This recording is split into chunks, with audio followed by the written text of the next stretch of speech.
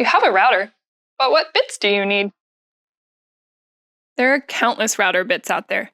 Straight bits, spiral bits, template bits, oh my. But generally, the bits fall into 6 main categories. The most common bit that you will see is the straight bit. These are best used for cutting dados or grooves. These are spiral bits, also called mortise bits. Instead of having a straight blade, the blade wraps around the body of the bit. This means that only one point is shearing at a time, so you'll get a lot less chatter and kickback than you would with a straight bit. Upcut bits have flutes that spiral up as the blade cuts. These are similar to drill bits. As it cuts, it pulls the chips up and out of the groove. This means that an upcut spiral bit can cut faster and run cooler. Downcut spiral bits have flutes that spiral downwards as it cuts. This blows the chips back down into the groove, which can cause the bit to heat up faster. But it means that the top edge is sheared downward, resulting in almost no tear out.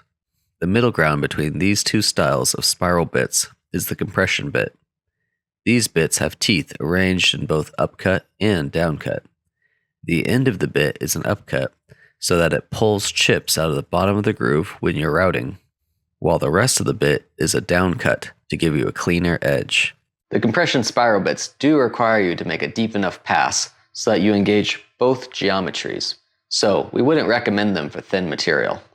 Next up, flush trim bits and template bits. These are standard cutting bits with the addition of a bearing on the top or the bottom. They can also come in straight or spiral varieties. Technically, a flush trim bit has the bearing at the end of the bit. The intended use of these bits is to allow the bearing to ride along your finished dimensioned surface and trim any overhanging surface to match. A template or a pattern bit has the bearing between the cutting blade and the shank. The intended design of these bits is to have the bearing follow a template while cutting into the wood below the template. These two bits can be used interchangeably depending on the orientation of your template or overhanging surfaces. Similar to a flush trim bit, edge-forming router bits also have a bearing at the end of the bit, except instead of having the standard cutting blades, they have profiled cutting blades. For example, we use a chamfer edge-forming bit to get that angled aesthetic. Next up are the joinery forming bits. They also use a bearing, and they cut a specific profile into the wood to allow boards to be joined.